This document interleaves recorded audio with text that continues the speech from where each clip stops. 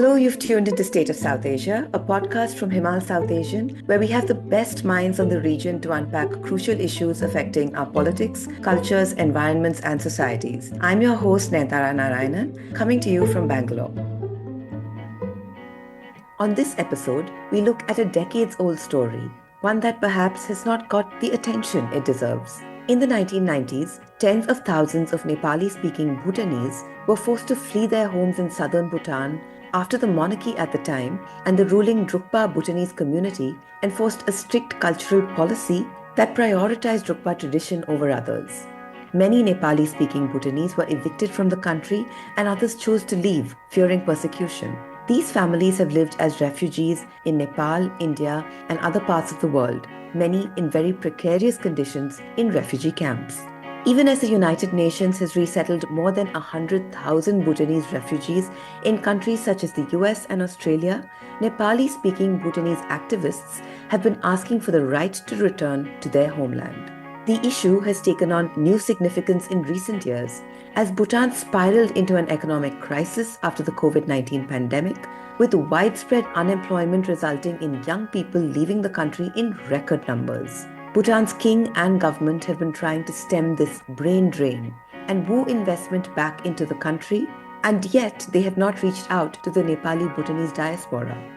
I am joined today from Sydney by Susan Banki, Associate Professor at the University of Sydney, who studies the international refugee regime, diasporas, and the humanitarian system, and has been conducting research on Bhutan and the Bhutanese diaspora for the last 20 years. She is the author of the book, The Ecosystem of Exile Politics, Why Proximity and Precarity Matter for Bhutan's Homeland Activists. Susan, thank you for being on the podcast today. Thank you so much, Nayanthara. It's really a pleasure. Before we head into this discussion, here's a quick reminder to all our listeners that you can become a paying patron of Himal South Asian to help us in our mission to show you South Asia like no one else can. Visit our website, himalmag.com, and click on Support Himal. Now onto our conversation on exile politics in Bhutan with Susan Banki. Susan, I'm going to ask you to start us off with an overview of the status of Nepali-speaking Bhutanese refugees today. Well, you've started with a terrific introduction already. At the time of the expulsion, and I can talk about that a little bit more in a minute, there were between 60 and 80,000 Nepali Bhutanese who left Bhutan and ended up in the refugee camps in Nepal. That number grew just because of population increase in the camps to about 110,000 when a large percentage ended up being resettled in the global north. The processes of resettlement, in fact, this is a legal process by which refugees who have been in refugee camps all over the world are kind of selected by countries of the global north for permanent protection in their countries. And so today there are about 94,000 refugees that have been resettled from the Nepali camps and are all over the world.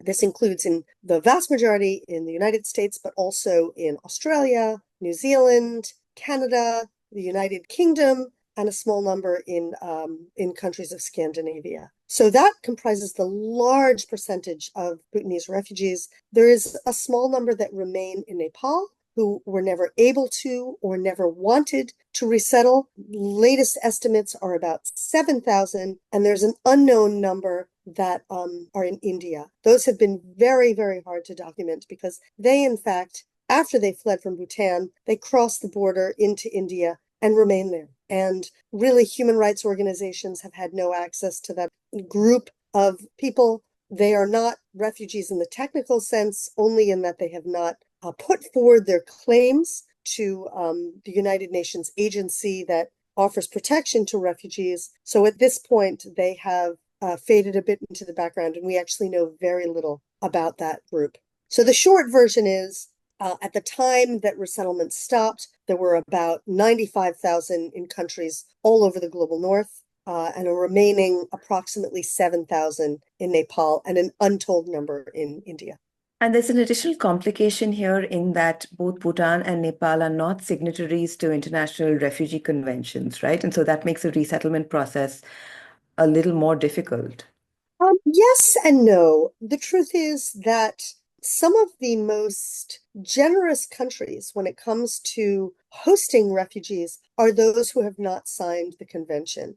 That's a little bit of a controversial thing to say, but it is in fact true. Thailand, for example, hosts an enormous population of refugees from Myanmar, and it has not signed the Refugee Convention. Nepal, you are correct, has not signed the Refugee Convention, but also has hosted for decades refugee populations, the large majority of which have been the refugees from Bhutan, but also refugees from Tibet, and in fact, a small number from Africa as well. So drawing a direct link between this being a signatory to the Refugee Convention and treatment doesn't necessarily tell us what we want to know. But you are right that it is complicated in that some of the mores, the things that signatories are expected to do, don't necessarily have to be, Nepal doesn't have to be accountable to. My estimation, however, is that Nepal was quite a generous host country to the large population of Bhutanese Nepalis or Nepali Bhutanese that were there for many years.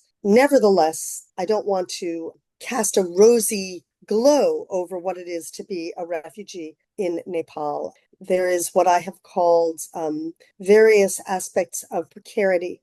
Legal precarity, meaning that there is no documentation for those who remain in Nepal. They may continue to have documentation from the UNHCR, but this is not a panacea. This does not mean that they can travel easily around the country and indeed cannot leave the country easily. There are no rights to work, and while the Nepali government has been quite generous in looking the other way and permitting the Bhutanese Nepali refugees to work, technically they're not allowed to. And as is the case for undocumented migrants, the world over, those who remain undocumented without the rights to work can be more easily exploited. This is often the 3 Ds of work: the dangerous, dirty, and demanding work. And like refugees or undocumented migrants everywhere, it's more easy to be exploited for those reasons. That's legal precarity. There's also what I call political precarity. Anyone who is protected by the UNHCR is protected on humanitarian grounds, but not on political grounds, which is to say that those who are interested in engaging in political work really do so at their own risk. Again, here I want to say that the Nepal government has actually, at its discretion, been quite generous in looking the other way and permitting activism, allowing some politics, but that really depends on what's going on in Nepal. That is certainly not a right. The right to protest, the right to say, hey, we're still really uncomfortable with what's happened in Bhutan. That's really at the beneficence of the Nepal government rather than a right. And as I argue in my book, there's also a form of social precarity that is born of other kinds of precarity, which is to say, when protection is a scarce resource, it's quite possible that social bonds can break down because it's hard to know whom to trust. People are fighting for the same things. They're fighting for their protection. They're fighting for places to live, places to work, and that can lead to forms of social precarity as well. So that's the situation for the refugees who remain in Nepal. Let's get into the history of this problem. The Drukpa community established itself in Bhutan sometime in the 1600s, and this was largely in the north and central parts of the country. The Nepali speakers came later, mostly in the 1800s right up to 1950, and settled in the southern regions. A lot changed in 1959 when China occupied Tibet, and Bhutan chose to realign itself closer to India. And this is when the southern part of the country gains both strategic and economic importance for the rulers. And for many years, then, there's a lot of social, cultural, and economic integration between the two countries. There's intermarriage between the Drukpa and the Nepali Bhutanese. And all this has been explained in a great 3-part series by Kanakmani Dixit, who is the founding editor of Himal Southasian, who wrote about this in 1992 when the exodus began. And you can find that in Himal's archives on our website, himalmag.com. But again, there was a big change in the 1980s when in 85, the Bhutan Citizenship Act comes through. There's a one nation, one people policy, which eventually leads to this eviction and exodus of the Nepali-speaking Bhutanese. Tell us about that moment in 85 and how this escalated into this huge problem.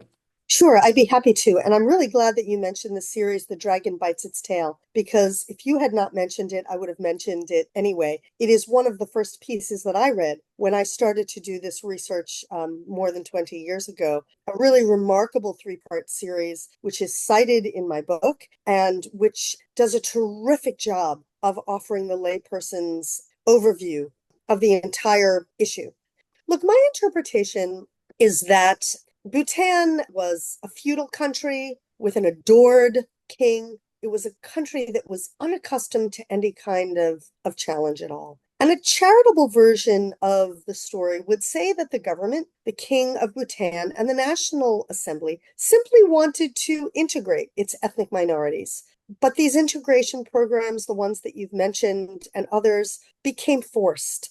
There was this centuries old code of behavior called Driglam Namza that was about etiquette and about dress. But this was a difficult practice for those who lived in the South, where the weather was different and where wearing those clothes, the kira and the go, made the Southerners quite uncomfortable. I mean, physically uncomfortable. At the same time, language, the Nepali language, was taken off the curriculum, and this caused great distress among a population that had only spoken Nepali. Until then, the national language of the North, Jonka, was simply not spoken in the South. So to very quickly and rapidly take Nepali off the curriculum was a shock and a great difficulty for the Southern population that were Nepali speaking, exclusively Nepali speaking. And while there was an effort to introduce Jonka into the curriculum,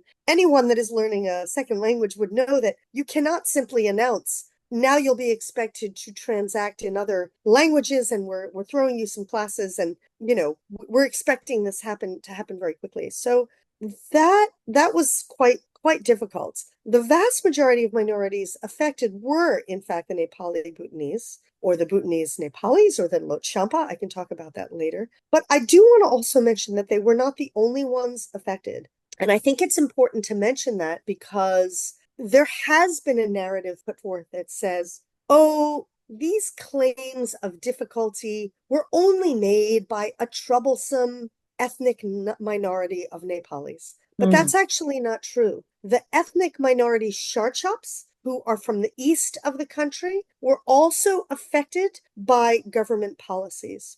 But the straw that really broke the camel's back, as it were, was changing policies around citizenship and a census that rendered legitimate residents of Bhutan, and here we're speaking quite specifically about the Nepalis, the ethnic Nepalis, Right. As non-citizens.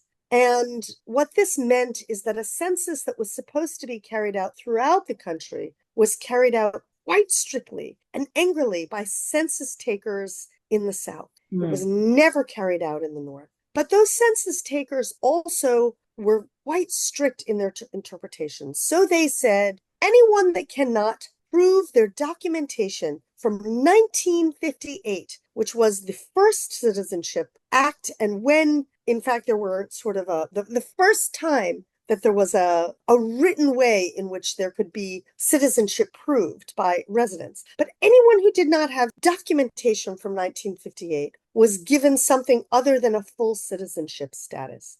And there were lots of reasons why people from the South might not have documentation from 1958. First of all, and I'm not the only person to say this, in fact, even people who support the government of Bhutan admitted that, the weather was really tough in the South. And that made it really quite difficult to retain the kinds of documents that you would need to prove citizenship. Things like land records or tax receipts. We're talking about 30 years later to have those small pieces of paper to be able to prove your resident status 30 years ago. Second of all, it was in fact possible for people to not be in the country in 1958. The migration of people between India, Nepal, and Bhutan from that time forward was much greater than from people from the North. And so it might have been possible that someone was not in the country in 1958, but it didn't mean that they weren't born there. Right.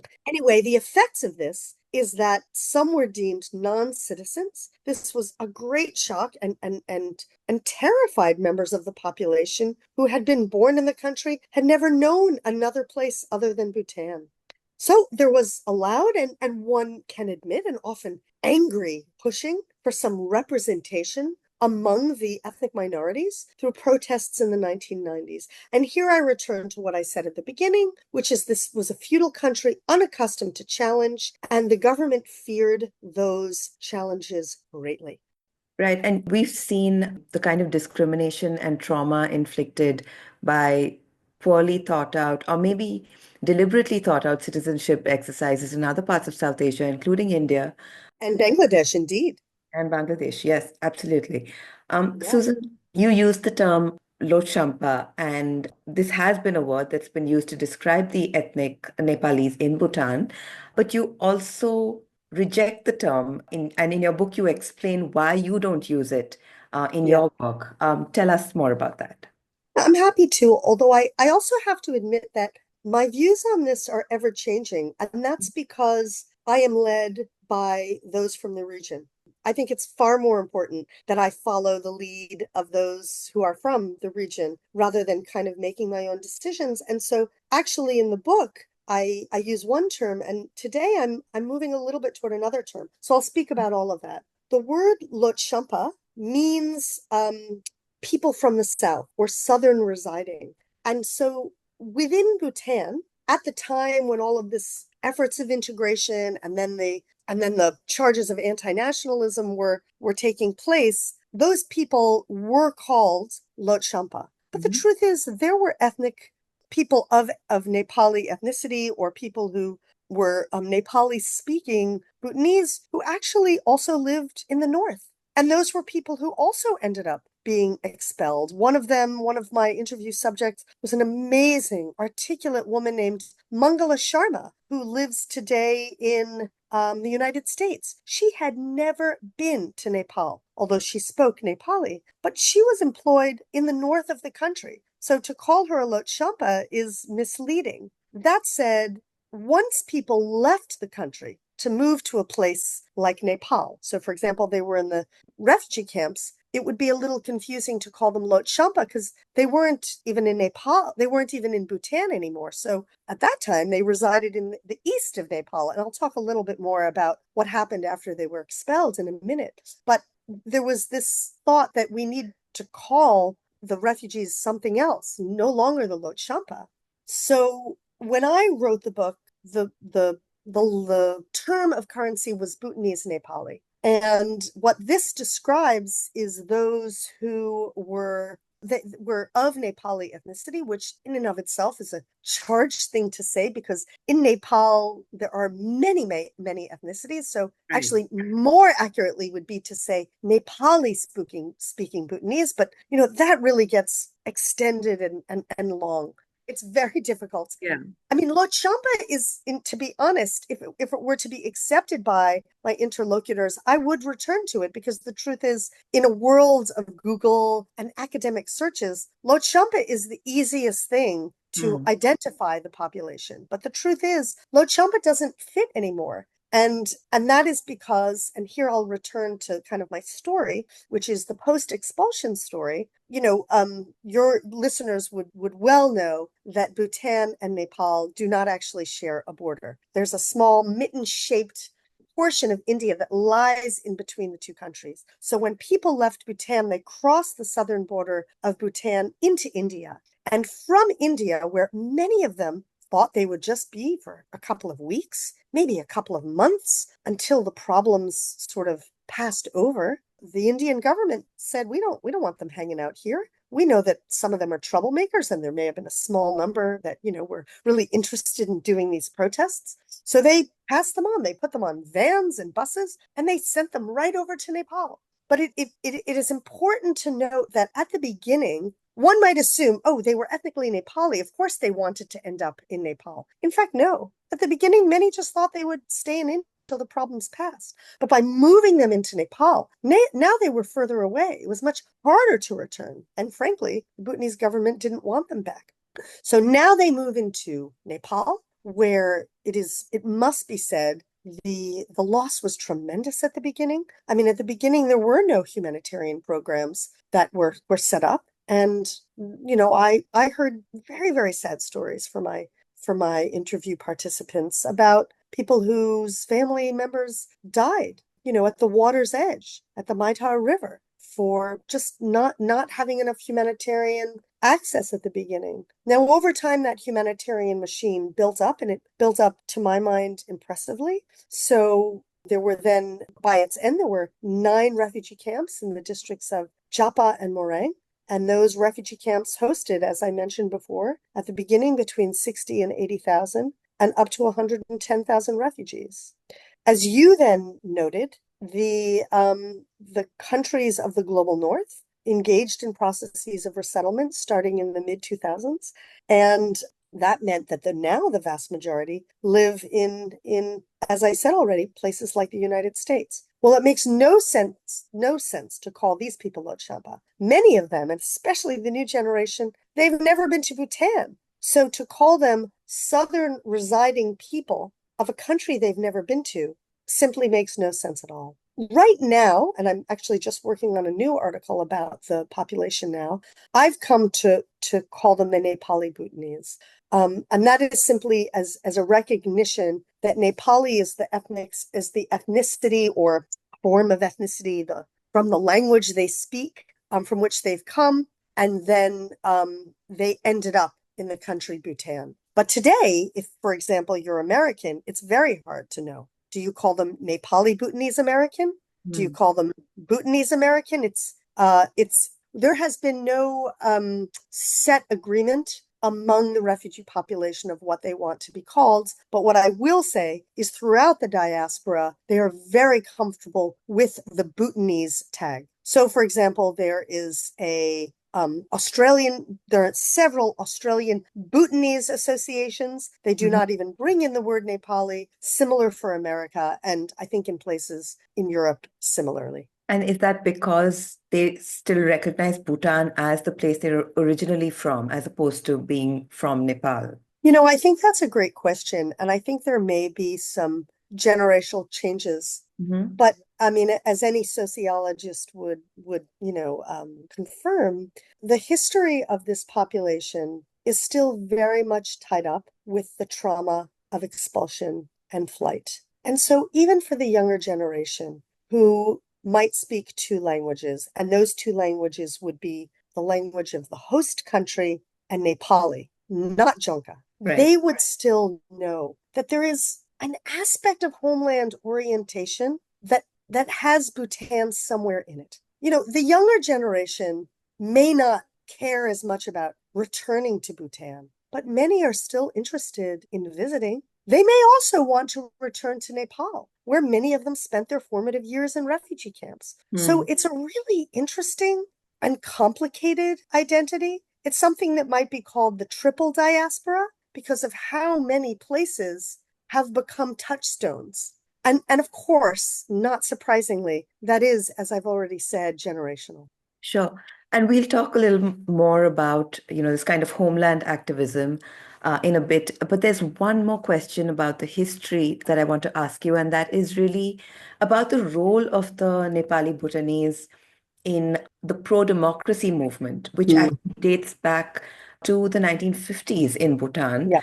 Of course, democracy came much later to the country, but did that role of this community have anything to do with how hard, how brutal the crackdown was in the 90s? Because clearly the monarchy didn't look too kindly upon that kind of activism for democracy at that time. Yeah. So here I need to give a lot of credit to D.N.S. Tikal and Christopher Strong's, whose book, A Movement in Exile, is the place from which a lot of that early history came. By the time I came on the scene to do the research, the people that would have been around in the 1950s were not there to speak with me. So a lot of the research that I have done is based on that work in a couple of smaller interviews. But you are in fact right. There was a movement for democracy that started actually even earlier. I mean, the earliest pushing for democracy from a resident of the South, of a Nepali, a Bhutanese Nepali, was in the 1920s.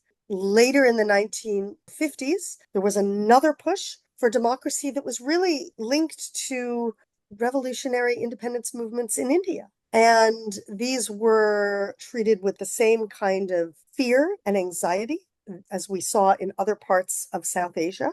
But I also think at the time, the Bhutanese government viewed the small number of people that were kind of pushing for that democracy possibly as an outlier. I think, again, there was, and here I speak really surmising, but I think there was a feeling that the king is so adored by his people that these small efforts of asking for representation don't really mean much. So there were a few who were treated badly. There is the famous story that every Bhutanese refugee knew about a man named Mahasur Chetri, who, after asking for representation, was put in a leather bag and drowned in the Sankosh River. And as I talk about in my book, the details of his death are a little bit unclear, but in every story, there is always the Sankosh River and there is always the leather bag. So everyone knows those stories. But the truth is, once in the 1950s, this small spark of pushing for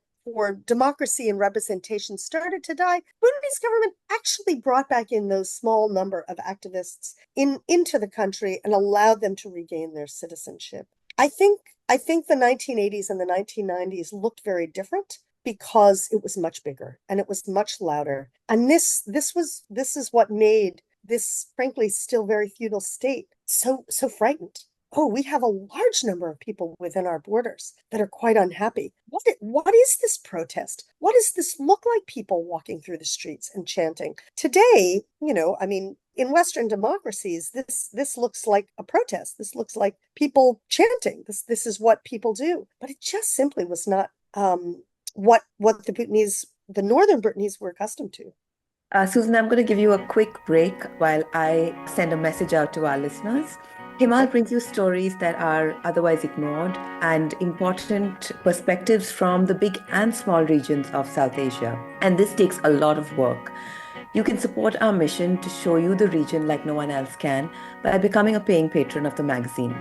Click on the link in the episode notes or go to our website himalmag.com and click Support Himal. You can also sign up to our newsletters and keep up with our latest stories, events, and more. Now, back to our conversation with Susan Banki. Susan, what is the relationship of the refugees of the past 3 decades and the diaspora with the current government and the incumbent king? You wrote about the king's visit to Australia last year and said that he missed this opportunity when he didn't reach out to the Nepali Bhutanese community there. And this is, of course, in context of this economic crisis that I mentioned earlier, where Bhutan is really looking to stop the brain drain of young people leaving the country. They're trying to woo more investment, and yet they're ignoring this large section of the diaspora. I'm happy to talk about that, but if you don't mind, I'm going to jump forward to one of the questions that you haven't yet asked, but I think if I can flow through that, I can then answer your question. When the Bhutanese refugees crossed the border into Nepal, particularly, there were amazing, creative, and innovative efforts to make changes back in the homeland. The Bhutanese refugees did not just lie down and say, well, that's too bad. Now we live in Nepal. Mm-hmm. My book, The Ecosystem of Exile Politics, is about the courageous and innovative activities of those homeland activists who engaged in exile politics. Again, that being the word to describe people who work to change things at home. And I note three particular and related ways that refugees and particularly refugee activists engaged in efforts to reform Bhutan. The first was to document the human rights abuses that they and their compatriots had suffered through. I already noted that there were people that spent time in prison. There were families that were separated, that remain separated, and I'll come back to that. There was stories of torture in the jails. And so one of the efforts of those in the camps was to collect those stories and to publish them and to let embassies in India and Nepal know about them. The second was to try to promote democracy. After all, the reason that the protests were considered so scary and threatening is that the country had not understood the idea of democracy. And so many of those efforts were ways of trying to show that the country was not democratic and did not offer a voice to people within the country. And the third is what I call reversing exile, which is to say, those refugees continued to love the king. And here I point to the phenomenon, which I think is quite unusual in the story of people being expelled. For many years, Homeland activists from Bhutan sent a birthday card to the king on his birthday. In what other country do you see the people of the country who have been expelled longing so much to go home that they continue to look up to and want the approval of the king? Now, there's lots of debates about whether the king was to be more blamed or the National Assembly. I don't really want to get into that here. But what is important is that to this day, activists, many of whom are busy now with their new lives, activists have been interested in trying to make sure that they can reverse exile for some percentage of those Bhutanese refugees. But until today, which is 35 years later, not one refugee has been permitted to go back to Bhutan, which is to say, those who have spoken to me longingly about their orange groves, their cardamom fields, the garlic that they tilled, the lands that they loved, not one has gone back.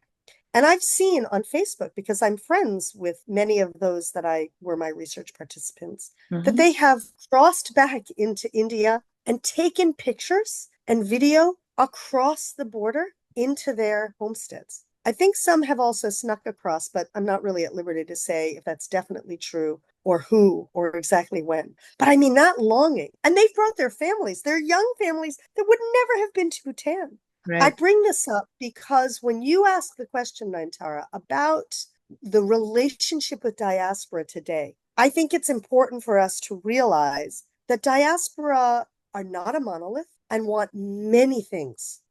Some of those things are things I've just mentioned. They would like the recognition of what has been done to them. Some would like a form of recognition that they have Bhutanese heritage. Does that mean that they want Bhutanese citizenship? I'm sure some would like it, but some now are quite comfortable in their resettlement countries and may not want that, but they would like some form of recognition. There's an effort that was put forward that at this point I haven't heard anything about recently. In Nepal, they have something called NRN, non-resident Nepali status. There was this idea that maybe there could be NRB, non-resident Bhutanese status. This has been ignored. I mean, to my mind, what I know is that there has not even been a discussion within Bhutan's National Assembly about either of these, about a possibility of granting any form of citizenship or return to any of the Bhutanese refugees, nor has there been any discussion about the harms done. You know, I'm sad to say that I think a country that is so well regarded in the world, it has not been successful in taking self-stock of the problems engendered by 1990. What that means is that the king and those around him have either been reluctant to or unwilling to make any efforts to officially reach out to the diaspora that include the refugees. So the article that you mentioned, the opinion piece that I wrote in ABC, Australia Broadcasting Corporation's website, made exactly that argument, which you've already well outlined, but is that, you know, Bhutan is suffering right now from an employment crisis and from an economic crisis. The effort of the king to come to Australia, where actually many of the high level, the elite of Bhutan have come, was his effort to reach out and sort of make sure that his diaspora remain enthusiastic about the country. And in that, he was successful for the non-refugee diaspora who did. They lined the streets to see him because he remains adored by the population. You know, my argument was that there is another aspect. There is the refugee population that has been ignored and who may not have the same level of adoration, but are quite willing to come to the table to be a part of conversations that would make them a recognized and respected aspect of the diaspora. And that diaspora has a lot to offer to those inside the country. They can provide remittances. They can send money back to families. They could be part of cultural programs. They could be part of exchange programs where members of the that are currently in Bhutan could come out and spend time with the refugee diaspora. So it is a pity that that has been ignored. Right. I also wonder in your more recent conversations, or whether, you have a sense in some way whether among the section of the refugees who have been asking to go back to Bhutan, whether this economic crisis has kind of dampened their enthusiasm for return now, considering so many people are leaving the country. Are they perhaps wondering whether going back is worth it? I can't really answer that question because, or what I can say is, I don't actually think the economic issue is the question. I mean, Mm, I think, as I said, it's generational. I yeah. think there are some elderly that would really like to go back. And I think there's a younger generation who wouldn't want to go back, whether the economy, or they wouldn't want to go back permanently, whether the economy was strong or not. The younger generation are unbelievably savvy. The ones that live in places like Australia and the United States and Canada speak English fluently. We have our very first US legislator, Suraj Bhutathoki in New Hampshire. So they're doing incredibly well. And I think the efforts are not to insist on a return from that part of the population, but to try to make inroads where they can to create meaningful exchanges that, to my mind, are not necessarily related to the economics in Bhutan today. The other thing, of course, is, the actual activism for the homeland, and the two themes in your book, which is proximity and precarity. Tell us a Mm. little bit about how these dynamics work, right? Proximity. Sure. So the argument that I make in the book is that populations who leave their home countries and end up in proximate places find that there's a power to their proximity. There's lots of reasons for this, but when it comes to homeland activism, being close to the country that you have fled has some advantages for activists. One is that often there's a large group of people that have had collective harm, and collecting information from populations like that is a lot easier because they're nearby. There are paths that have been taken by those that are interested in the conflict. I mean, I would point, in fact, to the article that I talked about, The Dragon Bites Its Tail. An article like that can really only be written by people in the region that know things incredibly well. And it is then published for people who are in the region, for politicians in the know, so that South Asia becomes the place where homeland activism can occur. South Asia and what's also called Northern South Asia. But it's the same idea, it's that region. So proximity is a boon. At the same time, places that are close to homelands in conflict are very often precarious. Hmm. Those that have fled experience high forms of precarity. I've already spoken about those three forms that I talk about in the book: social, legal, and political. And this means that it is not easy to live in places close by. It is difficult to engage in those political activities. There is no permanent protection as there is in a resettlement country, which is further away. And so in the book, I argue that proximity is both a boon and a bane. And that is why the title of the book is The Ecosystem of Exile Politics, because what we see is that exile politics functions in an ecosystem in which there are hubs that are nearby and where some kinds of activities can occur. But actually, being further away, where you're less precarious, doesn't mean that no activities can occur. It's Hmm. just different kinds. So much like in a physical ecosystem where different parts of the ecosystem do different things, some are producers and some create, some take resources and some give resources. Very much the same in an ecosystem of exile politics. And that's why I gave the book that title. After all your years of research, Susan, do you see any situation in which these refugees might be allowed back into Bhutan?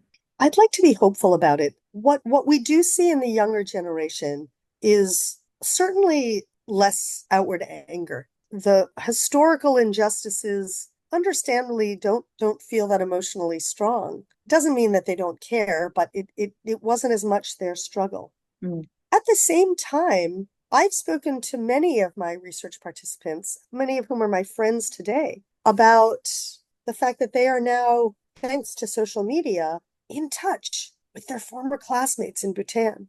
I mean, people that they have not heard from in decades, and people who are members of the Drukma majority, who Mm. now want to kind of know what is life like in your resettlement country. Now, this is a far cry from reconciliation on a national level. And I have to just insert with one really important form of homeland activism that remains and has actually strengthened over time.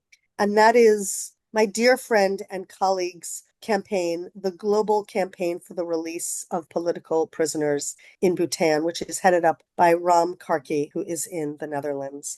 And this is he has had help from another dear friend of mine, Indra Adhikari, here in Australia, and very sadly from the late Govinda Rijal, who died in Kathmandu last year. They have been working tirelessly to try to secure the release of the political prisoners. So, as I mentioned, in the 1990s and going forward, there were some instances of people being labeled anti-national, some of whom had literature on them, some of whom maybe had in language espoused angry language and remained in prison and continue to remain in Bhutanese prisons until this day. And that is tragic because many of the families now are no longer in Nepal. So these are people who remain in Bhutan's prisons. They were put in those prisons at a time when Bhutan was not a democracy. There was no due process. So Ram Karki and his amazing colleagues have been working tirelessly, along with Human Rights Watch, to try to secure the release of some of those. Now, 2 were just released, but that's because their prison terms were over.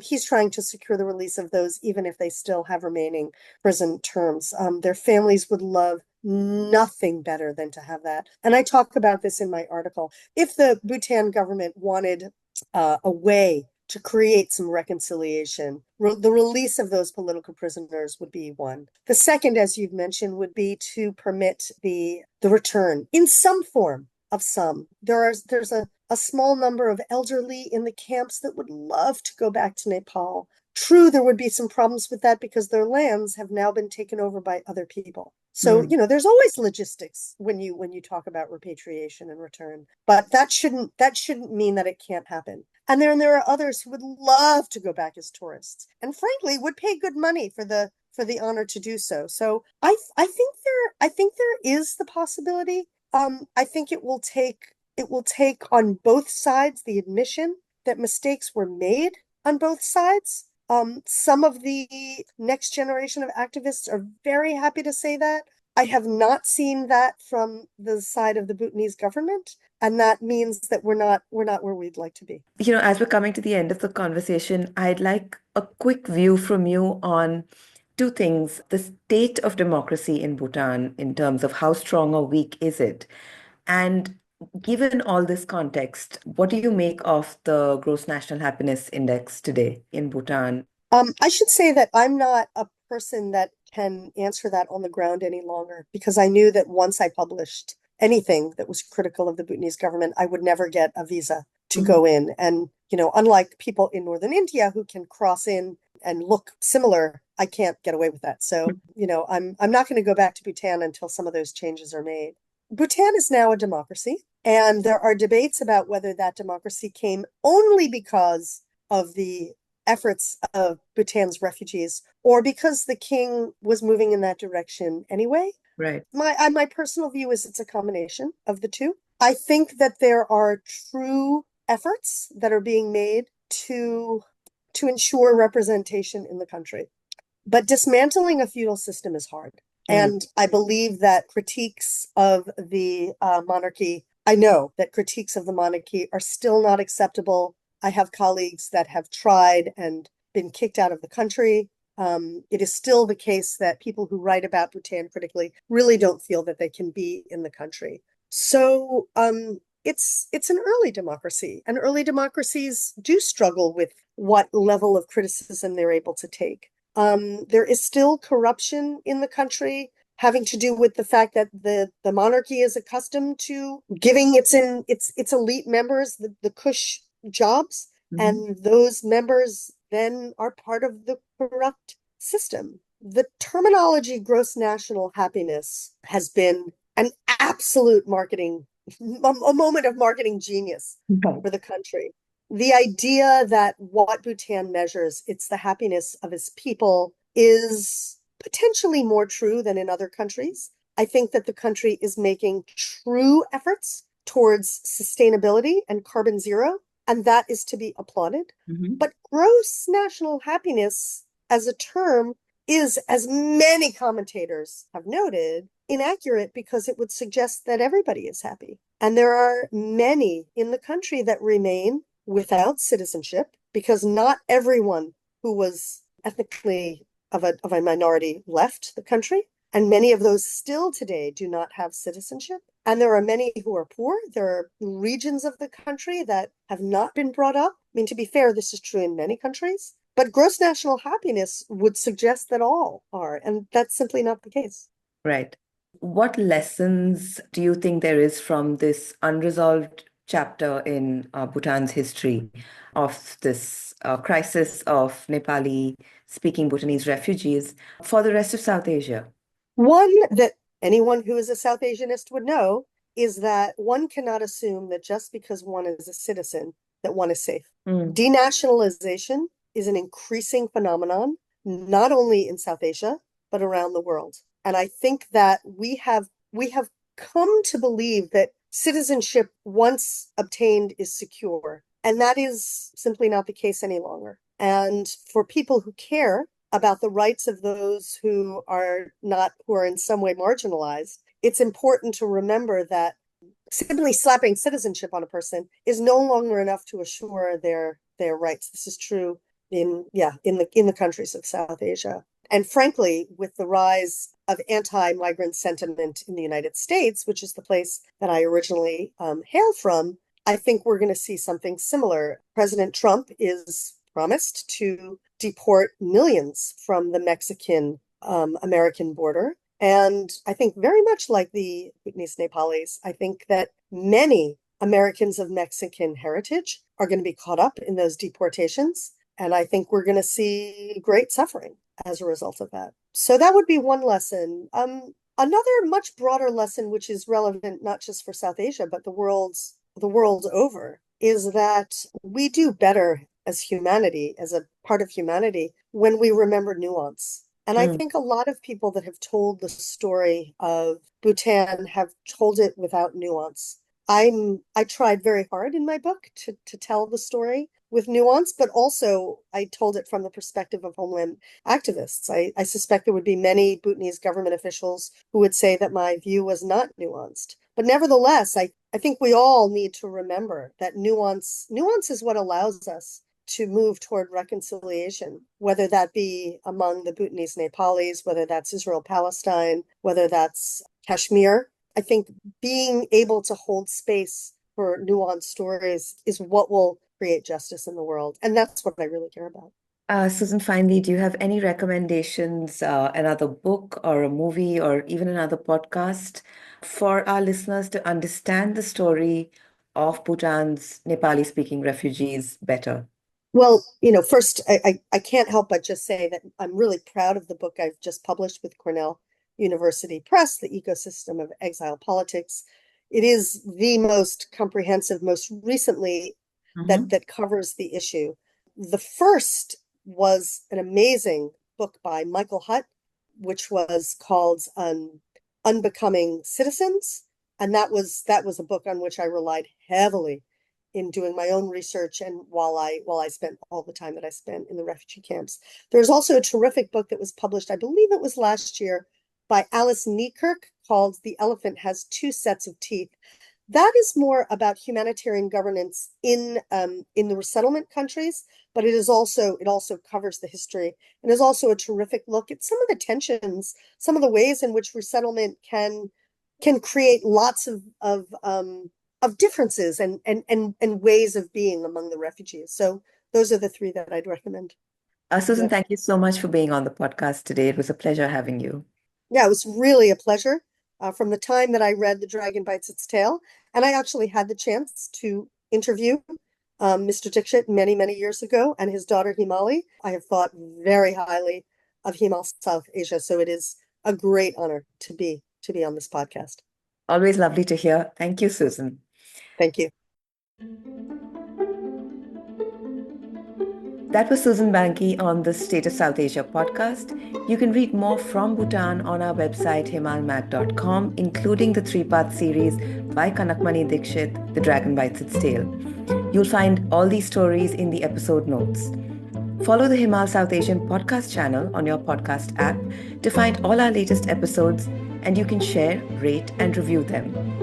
You can also catch up with episodes of the South Asia Review of Books podcast with Shweta Srikantan. Don't forget to sign up to our newsletters to keep up with Himal's work. This episode was edited by Ritika Chauhan. We'll be back soon with another in-depth conversation on the next episode of State of South Asia with me, Nayantara Narayanan. Thank you for listening and see you then.